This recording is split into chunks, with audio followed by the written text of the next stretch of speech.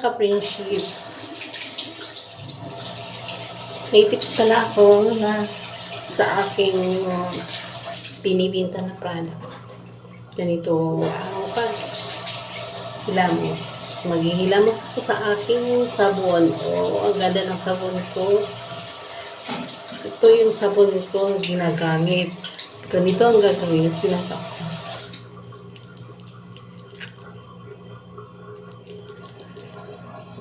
Tip sa aking pampabeauty. Maganda siya. Maganda siya sabon. Ganito lang yan. Pag maghilamos ganito, para hindi tayo magkakaroon ng wrinkles. Ganito lang, ganito, pag maghilamos.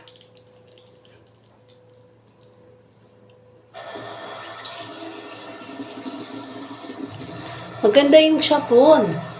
Maniwala kayo sa akin.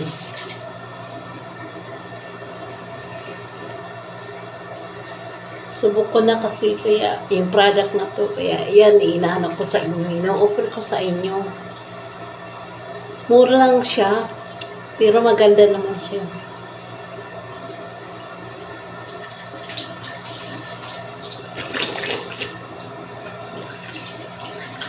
Pag maghilamos kayo, pag ganun siya, yun mo, ang ganda ng sabon na yan.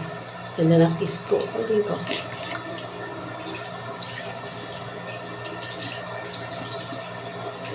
Ganda siya.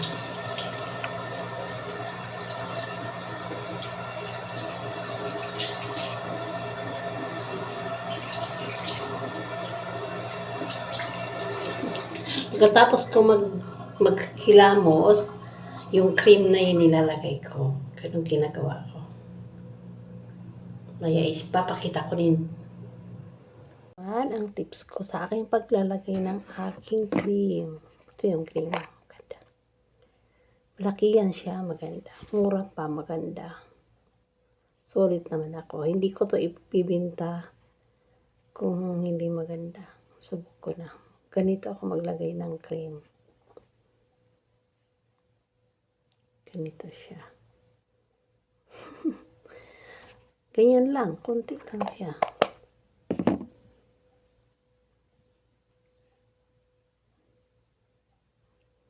Ganito siya. Puro pa ganun para hindi tayo kulubot.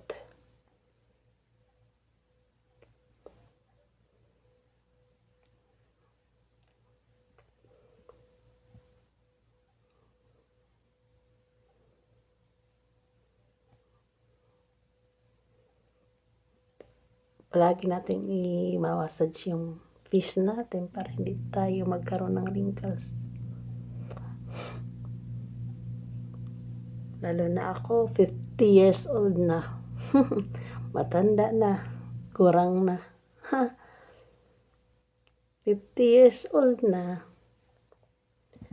Kaya kailangan natin ng pampaganda. Para hindi lalong tumanda, di ba? Yan lang.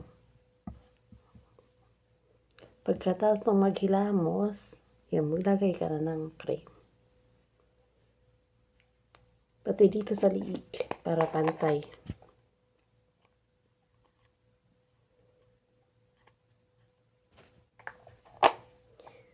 Matipid din siya. Matipid ka rin naman. Kunti lang ilalagay mo. Para pantay yung liig natin. Lagyan din natin ng cream. Pati pag naghihilamos tayo, ganyan, lagyan din natin dito. Para pantay siya. Diba? Ganun lang. Pantay naman siya, tayo ng puti rin. Diba? Ganda yung sabon ko at saka cream.